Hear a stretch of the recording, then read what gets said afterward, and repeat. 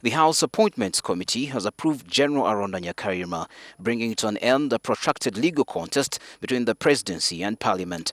But what are the legal ramifications of such a decision, which will likely be contested in the Constitutional Court? Will the justices stay the decision of the Appointments Committee, or will they overturn the approval? What kind of precedents will this set if it turns out that the Appointments Committee succumbed to the whims and fancies of the executive? At the heart of the legal contestation is Article 208, Clause 2 of the Constitution, which says that the army shall be non-partisan, nationalistic in character, patriotic, professional and subordinate to civilian authority. Businje Kabumba, a lecturer of constitutional law at Makerere University, urges that not only will Aronda's approval be legally flawed, it will infringe on parliamentary practice. A while ago, the practice was set when General Odongo, who was also an army commander, was appointed a minister and was required to resign before taking up his position.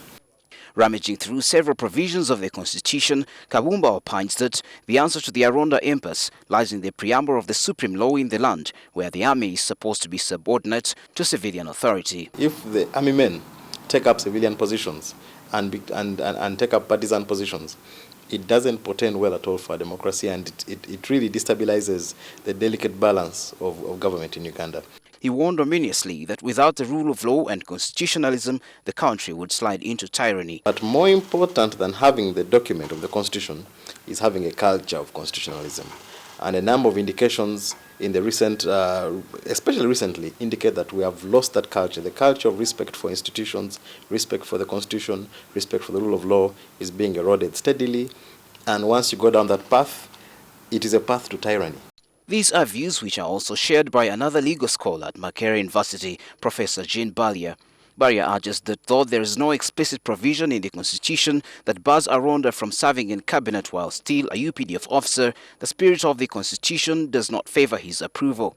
The idea was that under a multi-party system, members of cabinet should be from parliament and they should be civilian. But Balia fears that the approval of Aronda would further erode the doctrine of separation of power. Commenting on the prior meetings between the Appointments Committee and the President, Balia urges that the decision for the lawmakers to meet Museveni was fundamentally flawed. I think it is wrong and unnecessary for a parliamentary committee to consult the President when they are supposed to be giving an independent assessment of the person or persons that he has proposed for them to vet. Baria says Aronda's approval set a bad precedent and further militarized politics in the country. If it becomes easier for the President to appoint any soldier to a cabinet position, then we shall be even more directly be remilitarizing a government.